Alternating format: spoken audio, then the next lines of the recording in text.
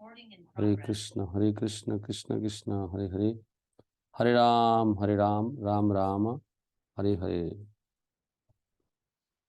प्रत्येक जीवात्मा में कृष्ण भावना का ज्ञान पहले से निहित है और मनुष्य शरीर प्राप्त करने पर वह ज्ञान एक अवस्था पर विकसित हो चुका होता है।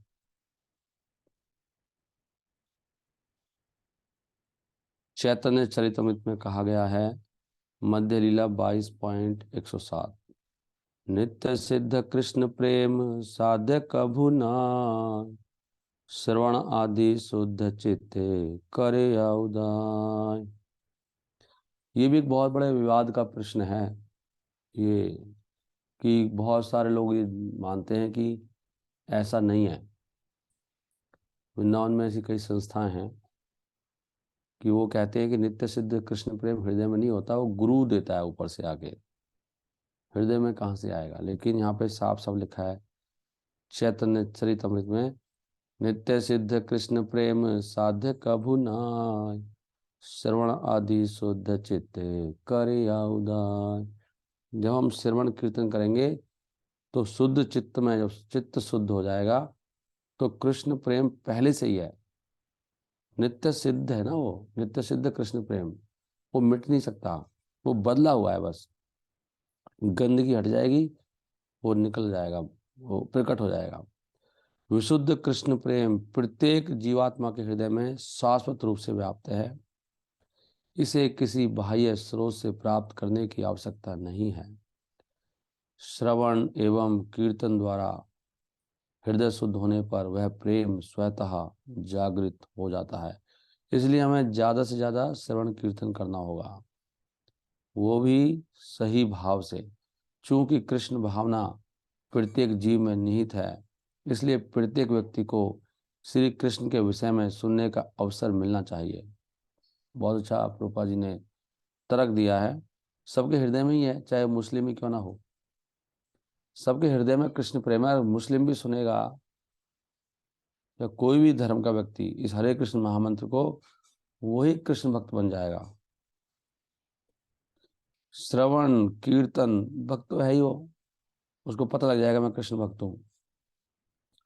श्रवण कीर्तनम भागवत 7.23 श्रवणम कीर्तनम विष्णु। श्रवण एवं कीर्तन से व्यक्ति का हृदय शुद्ध हो जाता है और उसकी मूल कृष्ण भावना जागृत हो जाती है। हमें कृष्ण भावना कृत्रिम रूप से अपने हृदय में डालना नहीं है, वह पहले से वहाँ है। जब व्यक्ति भगवान के पवित्र नामों का कीर्तन करता है, उसका हृदय स्वच्छ हो जाता है। श्री शिक्षाष्टकम के पहले पद में श्री चैतन्य महाप्रभु कहते हैं, क्या कहते हैं महाप्रभु? रूपा जी लिख रहे हैं उपदेशामृत में, ये कहाँ से आ गया? ओके। श्री कृष्ण संकीर्तन की परम विजय हो, जो हमारे चित्त में वर्षों से संचित मल को साफ एवं बारंबार जन्म मृत्यु रूपी महाग्नि को शांत करता है। यह संकीर्तन यज्ञ मानवता का परम कल्याणकारी है, क्योंकि यह मंगल रूपी चंद्रिका का वितरण करता है। समस्त अप्राकृत विद्या रूपी वधु का यही जीवन है। यह आनंद के सागर की वृद्धि करता है और यह श्री कृष्ण नाम हमें नित्य वांछित पूर्ण अमृत का आस्वादन कराता है। हरे कृष्ण कृष्ण कृष्ण हरे हरे, हरे राम राम राम हरे हरे। इस महामंत्र के कीर्तन से न केवल कीर्तनिया शुद्ध होता है, अपितु इसे सुनने वाला प्रत्येक प्राणी शुद्ध हो जाता है। केवल इस दिव्य ध्वनि को सुनकर पशुओं, कीट पतंगों, वृक्षों तथा अन्य प्राणियों के शरीर में रहने वाली आत्मा भी पवित्र हो जाती है। देख रहे हैं आप, वृक्ष के अंदर, कीड़े के अंदर जो आत्मा है, वो तो कीड़ा दिखाई दे रहा, अंदर तो आत्मा है ना, वो शुद्ध हो जाती है, पवित्र हो जाती है और पूर्ण कृष्ण भावना भावित बनने के लिए तैयार हो जाती है। श्री चैतन्य महाप्रभु द्वारा यह पूछे जाने पर कि मनुष्य से निम्न योनियों में रहने वाली प्राणियों का किस प्रकार उद्धार होगा। श्री हरिदास ठाकुर ने यही उत्तर दिया था। हरिदास ठाकुर ने कहा कि हरिनाम संकीर्तन इतना शक्तिशाली है कि यदि कोई व्यक्ति वीरान्य वन में भी कीर्तन करता है तो उसकी ध्वनि सुनकर वृक्ष एवं पशु भी कृष्ण भावना में प्रगति करेंगे। झारखंड के वनों से गुजरते समय श्री चैतन्य महाप्रभु ने स्वयं यह सिद्ध किया। उस समय बाघों, सांपों, हिरणों तथा अन्य पशुओं ने अपनी सहज शत्रुता का त्याग कर दिया और नाचते हुए संकीर्तन करने लगे। खैर, हम श्री चैतन्य महाप्रभु की नकल नहीं कर सकते। हाँ, हम उनके चरण चिन्हों का अनुगमन अवश्य कर सकते हैं। हमारे अंदर बाघों, सर्पों, कुत्तों, बिल्लियां आदि को नचाने की शक्ति नहीं है, परंतु हरिनाम संकीर्तन द्वारा हम संपूर्ण विश्व में अनेक लोगों को अवश्य कृष्णा भावना भावित बना सकते हैं। भगवान के पवित्र नामों का प्रचार करना, उन्हें लोगों को देना, यह भी सबसे महान दान है। इसी प्रकार व्यक्ति को प्रीति गृणाति सिद्धांत का पालन करते हुए अलौकिक भेंट स्वीकार करने के लिए भी तैयार रहना चाहिए। तो ददाति प्रतिगृणाति मतलब ग्रहण करना, दान देना, तो ये हमें लेना चाहिए दान। रूपा जी कह रहे हैं भेंट अलौकिक भेंट है। आगे सुनिए। किसको साथ पत्र लिखा है। मुझे सुनकर प्रसन्नता हुई कि अनेक शंकाओं एवं संदेहों की अपेक्षा तुम जप कर रहे हो। यही विधि है। शंकाएं एवं संदेह होने पर भी जब हम जप कीर्तन जारी रखते हैं तो ये शंकाएं नष्ट हो जाती है। देख रहे हैं, ये हमारे चीज़ों का उत्तर मिल गया। कई बार हम डिस्टर्ब हो जाते हैं और टेंशन हो जाती है। तो यहाँ पे लिखा है शंका आ जाए, डाउट आ जाए, अगर शंकाओं एवं संदेह होने पर भी जब हम जप कीर्तन जारी रखते हैं, जप कीर्तन नहीं छोड़ना चाहिए, उसी से सारी समस्या नष्ट हो, तो शंकाएं नष्ट हो जाती हैं और श्री कृष्ण की कृपा से सच्चा ज्ञान उजागर होता है। पीलिया रोगी का उदाहरण लें। जब पीलिया पीड़ित रोगी को खाने के लिए मिश्री दी जाती है तो वह उसे कड़वी एवं बेस्वाद लगती है, परंतु इसका अर्थ यह नहीं है कि मिश्री मीठी और स्वाद नहीं है। वह तो उस रोग के कारण कड़वी लगती है। इतना ही नहीं, रोग मुक्त होने के लिए रोगी को मिश्री ही खानी होगी। जैसे जैसे उसका रोग कम होगा वह मिश्री की मिठास का अनुभव कर सकेगा।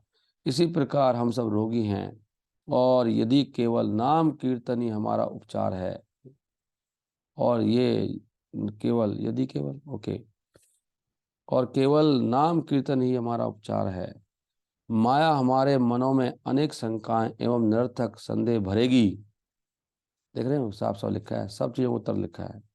ये माया करती है, हमें लगता है ये कर रहा है वो कर रहा है, ये माया का काम है। माया हमारे मनों में अनेक शंकाएं एवं निरर्थक संदेह भरेगी, परंतु यदि हम कीर्तन करते रहे तो हमारा रोग दूर होता रहेगा। शंकाओं की ओर ध्यान मत दो और तब धीरे धीरे हम श्री कृष्ण नाम संकीर्तन के मधुर अमृत का आस्वादन कर सकेंगे। देख रहे हैं आप, कितनी बार हमें डिस्टरबेंस होती है ना, फिर हमारा मन करता है कि हम तो मन नहीं कर रहा, प्रभु जी परेशानी हो रही है, ये हो रहा है। यहाँ पे लिखा है उनकी तरफ ध्यान मत दो, वो तो माया भेजेगी आपके पास शंकाएं। धीरे धीरे हम श्री कृष्ण नाम संकीर्तन के मधुर अमृत का आस्वादन कर सकेंगे। यदि हम कीर्तन करते रहे तो हमारा रोग दूर हो जाएगा। कीर्तन कभी नहीं छोड़ना। आगे और सुनो बस लास्ट। श्री कृष्ण का पवित्र नाम, उनका चरित्र, उनकी लीलाएं एवं एवं कार्यकलाप, ये सब मिश्री के समान अलौकिक रूप से मधुर हैं।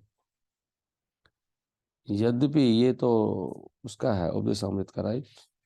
सीधा श्लोक का अर्थ पढ़ रहा हूं मैं। भगवान का नाम, श्री कृष्ण का नाम, श्री कृष्ण नाम चरितादि, ऐसे श्लोक है। उनका चरित्र, उनकी लीलाएं एवं कार्यकलाप, ये सब मिश्री के समान अलौकिक रूप से मधुर हैं, मिश्री के समान। यद्यपि अविद्या रूपी पीलिया से पीड़ित व्यक्ति की जीवा किसी मीठी वस्तु का स्वाद नहीं ले सकती, तथापि अद्भुत बात क्या है?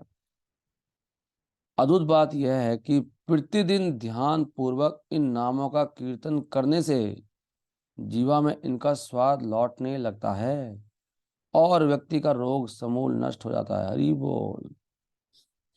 वैसे यहाँ तक कहा गया है उसमें माधुर्य कादम्बरी किताब में कि सबसे बड़ा घोर अपराध है वैष्णव अपराध, वो भी गुरु अपराध। और ऐसा हो जाए गुरु आपको क्षमा ही ना करे, ऐसा हो सकता है ना, ऐसा घोर अपराध कर दो, तो तब उसमें बताया गया है कि उस केस में क्या है, उपाय तो होगा ना, कोई हर जगह इलाज है। इलाज बताया गया है कि 24 घंटे विनम्र भाव से पश्चाताप के साथ कीर्तन करो, अपराध क्षमा हो जाएगा। उनसे माफी तो मांगनी चाहिए बार बार जाकर, वो ना करें। उस भाव से बार बार पूरा 24 घंटे लिखा है, निरंतर नाम लो, तो भगवान की नाम में शक्ति है वो। हालांकि वैष्णव अपराध क्षमा नहीं होता, लेकिन आपने अपना काम कर दिया पूरा, और 24 आवर्स कीर्तन करने से फिर भगवान कृपा करके कर देते हैं। ये इलाज बताया उसमें, हर चीज का इलाज है। अल्टीमेटली हर चीज का इलाज क्या है? हरे कृष्ण महामंत्र का कीर्तन, ये पॉइंट आ रहा है। थोड़ा सा पढ़ता हूँ तात्पर्य इसका। भगवान श्री कृष्ण का पवित्र नाम, गुण, लीलाएं आदि स्वभाव से परम सत्य, सुंदर एवं तथा आनंदमय है। वे मिश्री के समान इतनी मधुर हैं कि प्रत्येक व्यक्ति को रुचिकर लगती है, किंतु अज्ञानता की तुलना पीलिया रोग से की गई है। अब ये पीलिया रोग क्या है? हमें ज्ञान नहीं है ना चीजों का। ज्ञान मतलब, ज्ञान तो सबको है, सब बोलते रहते हैं कुछ ना कुछ। अज्ञान भरा हुआ है, वो जब तक अज्ञान नहीं कटेगा तब तक ये मधुर लगेगा नहीं। अज्ञान भरा हुआ है ना अंदर, बहुत सारे आइडियाज हैं, और वो आइडियाज क्या हैं? वही हैं, कर्म के और ज्ञान के। अपने विचार और कर्म, कर्म से लगता है कर्म से हम सुखी होंगे, कर्म से कुछ होने वाला नहीं है। कर्म से केवल गधा ही बनता है इंसान, अगले जन्म में गधा ही बन जाएगा, जो पित्त बढ़ने के कारण होता है। किंतु अज्ञान की तुलना पीलिया रोग से की जाती गई है, जो पित्त बढ़ने के कारण होता है। पित्त बढ़ जाता है अंदर, नहीं तो पीलिया होता है, एसिडिटी के कारण पीलिया होता है, ध्यान रखिएगा। पीलिया रोगग्रस्त व्यक्ति अपनी जीवा से मिश्री की मधुरता का आस्वादन नहीं कर सकता, उल्टा उसे मीठी वस्तु में कड़वी लगती हैं। उल्टा वो परेशान हो जाएगा कीर्तन में, नहीं, लेकिन उसको ये परेशानी झेलनी पड़ेगी। लेकिन बिल्कुल अच्छा नहीं लग रहा प्रभु जी, यहाँ आके अच्छा नहीं लग रहा, बिल्कुल नहीं आऊंगा कीर्तन में, ऐसा लगेगा आपको, माइंड खराब हो चुका है। इसका इलाज क्या है? वही इलाज है, वही करना पड़ेगा, झेलना पड़ेगा आपको। भक्तों को कीर्तन को झेलना होगा, तो फिर आपको थोड़ी दिनों के बाद बहुत सुंदर लगेगा। उल्टा उसे मीठी वस्तुएं कड़वी लगती हैं। इसी प्रकार श्री कृष्ण के नाम, गुण, रूप तथा लीलाएं अत्यंत मधुर हैं, परंतु अविद्या के कारण हम उनका आस्वादन नहीं कर पाते। रोग होते हुए भी यदि व्यक्ति सावधानी पूर्वक कृष्ण भावना को स्वीकार करता है और हरिनाम कीर्तन एवं भगवत कथा का श्रवण करता है, तो उसका ज्ञान नष्ट हो जाएगा और उसकी जीवा श्री कृष्ण तथा उनसे जुड़ी प्रत्येक वस्तु की दिव्य मधुरता का आस्वादन कर सकेगी। यह आध्यात्मिक स्वास्थ्य केवल कृष्ण भावना के नियमित अनुसंधान द्वारा ही संभव है।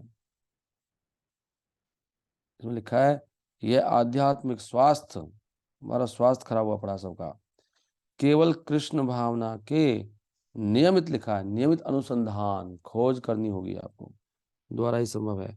भौतिक संसार में जब व्यक्ति भौतिक कार्यों में कृष्ण भावना से अधिक रुचि दिखाता है, ये मैं कह रहा था कर्म, इतना रुचि इसमें नहीं दिखा रहा भगवान की सेवा में, नहीं, किसमें दिखाता है?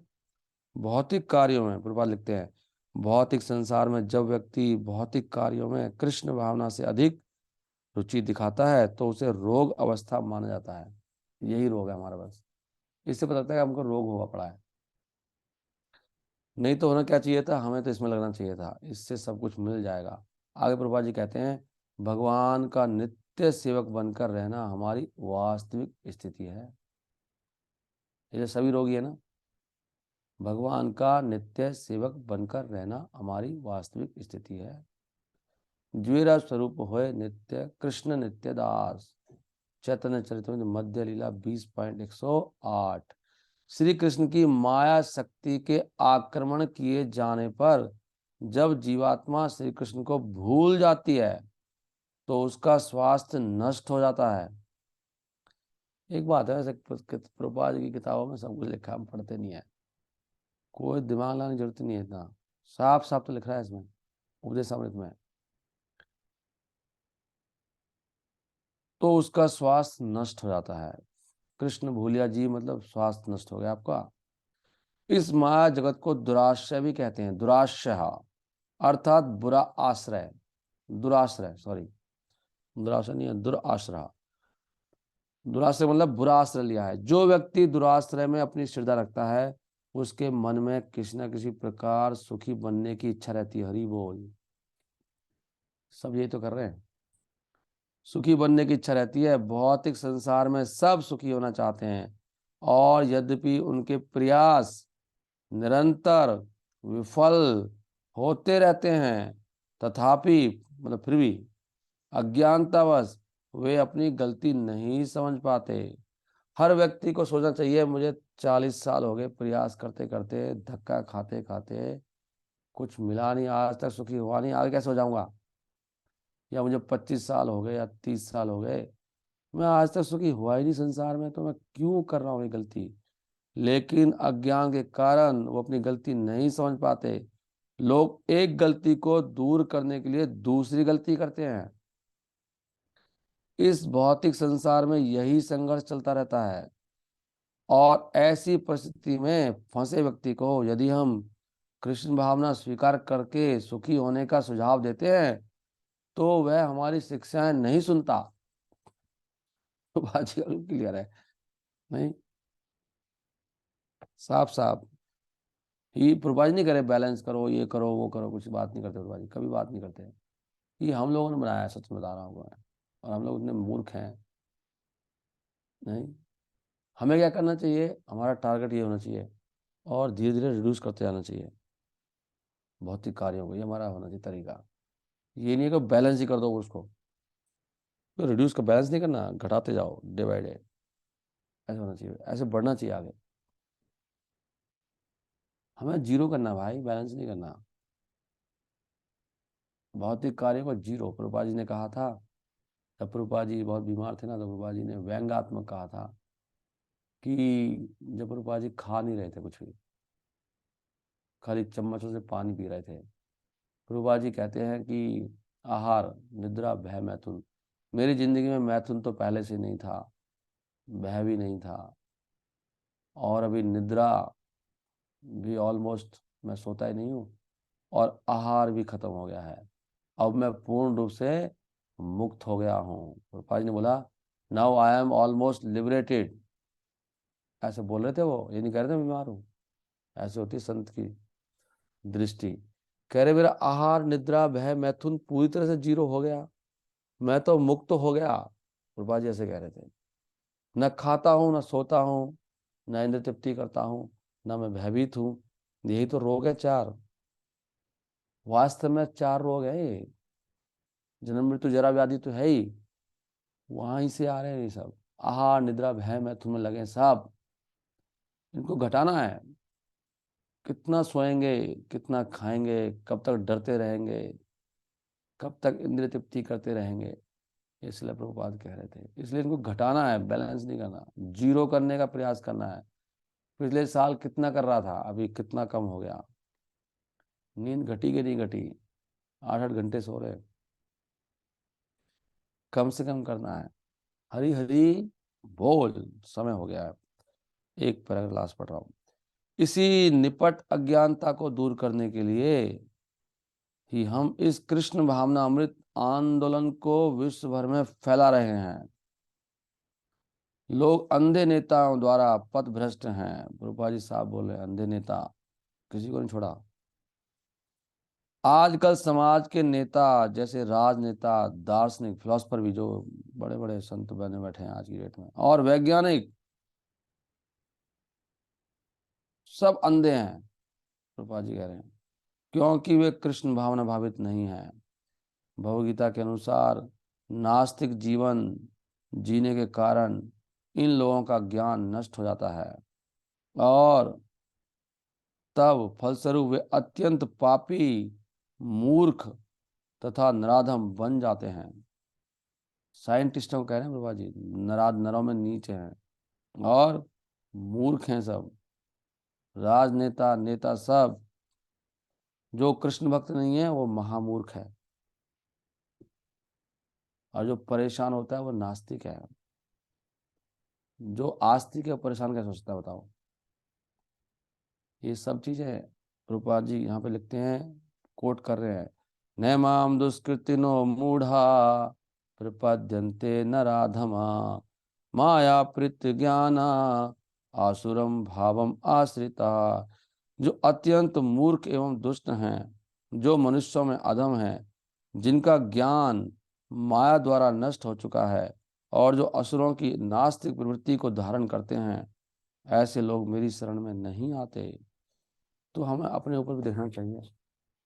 हम में से सब हैं ये, तो जितने मात्रा में हम भगवान को शरण नहीं ले रहे हैं उतनी मात्रा में हम मूर्ख एवं दुष्ट हैं, अधम भी हैं।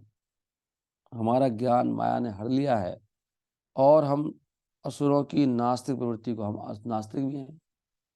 हम्म? भगवान कह रहे साफ साफ, ऐसे लोग कभी श्री कृष्ण की शरण नहीं लेते और जो लोग श्री कृष्ण की शरण लेना चाहते हैं वे उनका विरोध करते हैं। जब ऐसे नास्तिक समाज के नेता बनते हैं तो पूरा वातावरण अज्ञानता से भर जाता है। ऐसी परिस्थिति में लोगों में कृष्ण भावना भावित बनने का अधिक उत्साह नहीं रहता। उसी प्रकार जैसे पीलिया का रोगी मिश्री का स्वाद नहीं ले पाता, परंतु हमें समझना होगा कि पीलिया के लिए मिश्री अत्यंत कारगर औषधि है। इसी प्रकार आज मानव समाज भ्रमित है और भगवान के पवित्र नामों का कीर्तन हरे कृष्ण कृष्ण कृष्ण हरे हरे, हरे राम राम राम हरे हरे, अर्थात अथवा कृष्ण भावनामृत आंदोलन विश्व को यही सही दिशा प्रदान करने के लिए एकमात्र विकल्प है। यद्यपि रोगी व्यक्ति की को कृष्ण भावना में स्वीकार रुचिकर ना लगे, हरि बोल, यद्यपि रोगी व्यक्ति को कृष्ण भावना रुचिकर ना लगे, तथापि श्रील रूप गोस्वामी सलाह देते हैं कि यदि व्यक्ति अपने भौतिक रोग से मुक्ति पाना चाहता है तो उसे सावधानी पूर्वक इसका पालन करना चाहिए। हरे कृष्ण महामंत्र के कीर्तन द्वारा व्यक्ति अपना उपचार आरंभ कर सकता है, क्योंकि हरिनाम कीर्तन से भौतिक बंधन में बंधा व्यक्ति समस्त मिथ्या धारणाओं से मुक्त हो जाता है। कीर्तन से होगा, साफ साफ लिखा है, उपदेशामृत पढ़ रहा हूँ। चेतो दर्पण मार्जनम, अपने आध्यात्मिक स्वरूप के प्रति अविद्या हमारे हृदय में अंधकार को जन्म देती है। बहुत बड़ा है, आप पढ़ लेना। हरे कृष्ण कृष्ण कृष्ण हरे हरे, हरे रामा राम राम हरे हरे। आप सब भक्त लोग अभी जप करते सकते हैं साथ में सब मिलकर। Thank you very much. Prabhupada की जय। ग्रंथराज हरे कृष्ण कीर्तन पुस्तक की जय।